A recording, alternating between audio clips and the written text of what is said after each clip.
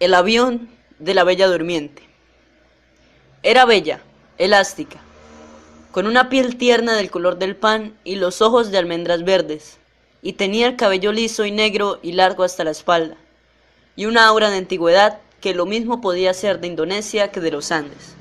Estaba vestida con un gusto sutil, chaqueta de lince, blusa de seda natural con flores muy tenues, pantalones de lino crudo y unos zapatos lineales del color de las bugambillas.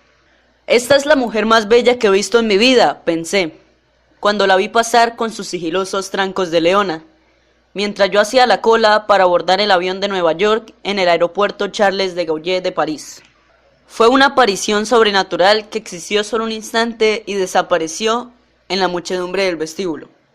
Eran las 9 de la mañana, estaba nevando desde la noche anterior y el tránsito era más lento que de costumbre en las calles de la ciudad, y más lento aún en la autopista, y había camiones de carga alineados a la orilla y automóviles humeantes en la nieve.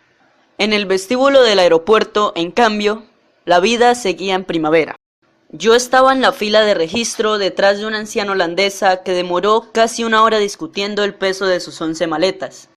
Empezaba a aburrirme cuando vi una aparición instantánea que me dejó sin aliento, así que no supe cómo terminó el altercado, hasta que la empleada me bajó de las nubes con un reproche por mi distracción.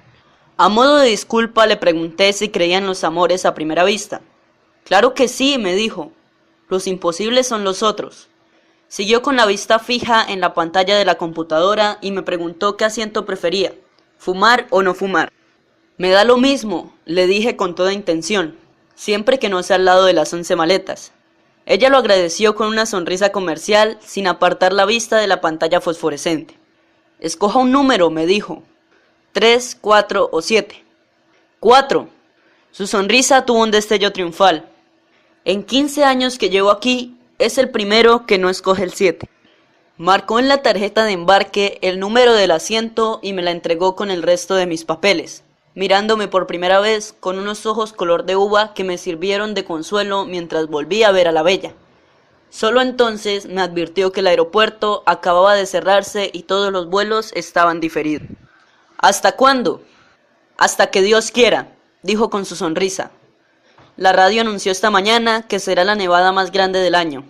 Se equivocó, fue la más grande del siglo, pero en la sala de espera de la primera clase, la primavera era tan real que había rosas vivas en los floreros y hasta la música enlatada parecía tan sublime y sedante como lo pretendían sus creadores. De pronto se me ocurrió que aquel era un refugio adecuado para la bella, y la busqué en los otros salones, estremecido por mi propia audacia. Pero la mayoría eran hombres de la vida real que leían periódicos en inglés mientras sus mujeres pensaban en otros, contemplando los aviones muertos en la nieve a través de las vidrieras panorámicas, contemplando las fábricas glaciales, los vastos cementeros de Roissy devastados por los leones. Después del mediodía no había un espacio disponible, y el calor se había vuelto tan insoportable que escapé para respirar. Afuera encontré un espectáculo sobrecogedor. Gentes de toda ley habían desbordado las salas de espera y estaban acampadas en los corredores sofocantes, y aún en las escaleras, tendidas por los suelos con sus animales y sus niños y sus enseres de viaje, pues también la comunicación con la ciudad estaba interrumpida y el palacio de plástico transparente parecía una inmensa cápsula espacial varada en la tormenta. No pude evitar la idea que también la bella debía estar en algún lugar en medio de aquellas hordas mansas, y esa fantasía me infundió nuevos ánimos para esperar. A la hora del almuerzo habíamos asumido nuestra conciencia náufrago, las colas se hicieron interminables frente a los 7 restaurantes, las cafeterías, los bares atestados, y en menos de 3 horas tuvieron que cerrarlos porque no había nada que comer ni beber. Los niños, que por un momento parecían ser todos los del mundo, se pusieron a llorar al mismo tiempo, y empezó a levantarse de la muchedumbre un olor de rebaño. Era el tiempo de los instintos. Lo único que alcancé a comer en medio de la rebatiña fueron los 2 últimos vasos de helado de crema en una tienda infantil. Me lo tomé poco a poco en el mostrador mientras los camareros ponían las sillas sobre las mesas a medida que se desocupaban y viéndome a mí mismo en el espejo del fondo con el último vasito de cartón y la última cucharita de cartón y pensando en la bella.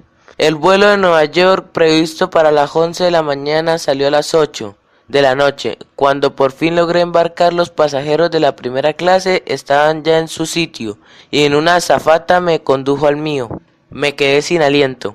En la poltrona vecina, junto a la ventanilla de la bella, estaba tomando posesión de su espacio con dominio de los viajeros expertos. Si alguna vez escribiera esto, nadie me lo creería, pensé. Y apenas si intenté en mi media lengua un saludo decisivo que ella no percibió. Se instaló como para vivir muchos años, poniendo cada cosa en su sitio y en su orden, hasta que el lugar quedó tan bien dispuesto como la casa ideal donde todo estaba al alcance de la mano. Mientras lo hacía, el sobrecargo nos llevó la champaña de bienvenida. Cogí una copa para ofrecérsela a ella, pero me arrepentí a tiempo, pues solo quiso un vaso de agua y le pidió al sobrecargo, primero en un francés inaccesible y luego en un inglés apenas más fácil, que no la despertara por ningún motivo durante el vuelo. Su voz grave y tibia arrastraba una tristeza oriental. Cuando le llevaron el agua, abrió sobre las rodillas un cofre de tocador con esquinas de cobre, como los baúles de las abuelas, y sacó 2 pastillas doradas de un estuche donde llevaba otra de colores diversos. Hacía todo de un modo metódico y parsimonioso, como si no hubiera nada que no estuviera previsto para ella desde su nacimiento. Por último, bajó la cortina de la ventana, extendió la poltrona al máximo, se cubrió con la manta hasta la cintura sin quitarse los zapatos, se puso el antifaz de dormir, se acostó de medio lado en la poltrona de espaldas a mí y durmió sin una sola pausa, sin un suspiro, sin un cambio mínimo de posición durante las 8 horas eternas y los 12 minutos de sobra que duró el vuelo a Nueva York. Fue un viaje intenso. Siempre he creído que no hay nada más hermoso en la naturaleza que una mujer hermosa, de modo que me fue imposible escapar ni un instante al hechizo de aquella criatura de fábula que dormía a mi lado. El sobrecargo había desaparecido tan pronto como despegamos y fue reemplazado por una azafata cartesiana que trató de despertar a la bella para darle el estuche de tocador y los auriculares para la música. Le repetí la advertencia que ella le había hecho al sobrecargo, pero la azafata insistió para oír de ella misma que tampoco quería cenar. Tuvo que confirmárselo el sobrecargo, y aún así me reprendió porque la bella no se hubiera colgado en el cuello el cartoncito con la orden de no despertarla.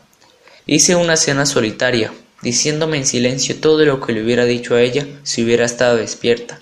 Su sueño era tan estable que en cierto momento tuve la inquietud de que las pastillas que se había tomado no fueran para dormir, sino para morir.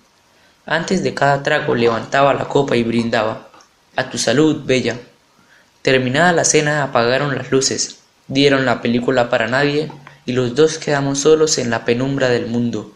La tormenta más grande del siglo había pasado, y la noche del Atlántico era inmensa y límpida, y el avión parecía inmóvil entre las estrellas. Entonces la contemplé palmo a palmo durante varias horas, y la única señal de vida que pude percibir fueron las sombras de los sueños que pasaban por su frente como las nubes en el agua. Tenía en el cuello una cadena tan fina que era casi invisible sobre su piel de oro, las orejas perfectas impuntadas para los aretes, las uñas rosadas de la buena salud y un anillo liso en la mano izquierda. Como no parecía tener más de 20 años, me consolé con la idea de que no fuera un anillo de bodas, sino el de un noviazgo efímero.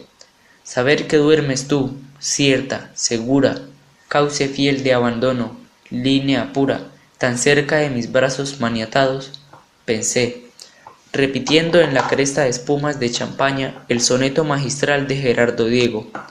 Luego extendí la poltrona a la altura de la suya, y quedamos acostados más cerca que en una cama matrimonial. El clima de su respiración era el mismo del de la voz, y su niel exhalaba un hálito tenue que sólo podía ser el olor propio de su belleza. Me parecía increíble. En la primavera anterior había leído una hermosa novela de Yasunari Kawabata sobre los ancianos burgueses de Kioto que pagaban sumas enormes para pasar la noche contemplando a las muchachas más bellas de la ciudad, desnudas y narcotizadas. mientras ellos agonizaban de amor en la misma cama. No podían despertarlas, ni tocarlas, y ni siquiera lo intentaban, porque la esencia del placer era verlas dormir.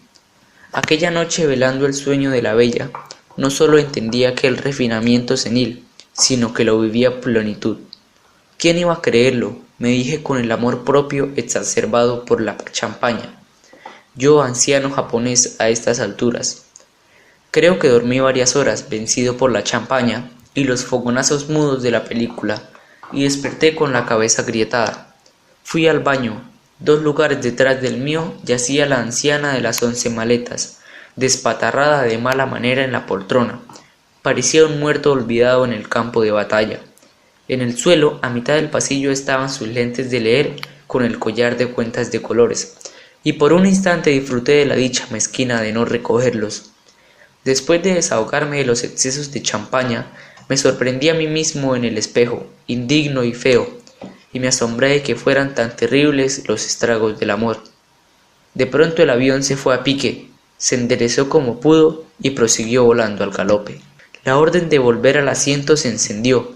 Salí en estampida con la ilusión de que solo las turbulencias de Dios despertaran a la bella, y que tuviera que refugiarse en mis brazos huyendo del terror.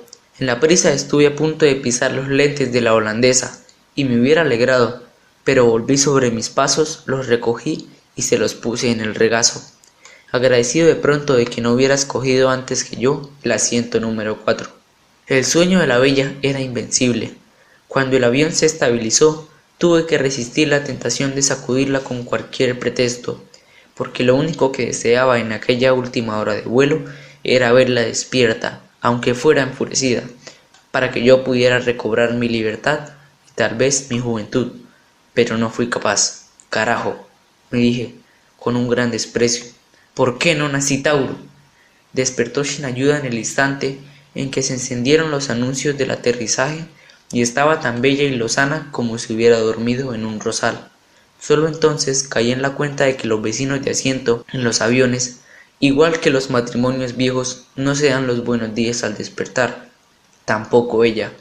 Se quitó el antifaz, abrió los ojos radiantes, enderezó la poltrona, tiró a un lado la manta, se sacudió las crines que se peinaban solas con su propio peso, volvió a ponerse el cofre en las rodillas y se hizo un maquillaje rápido y superfluo, que le alcanzó justo para no mirarme hasta que la puerta se abrió.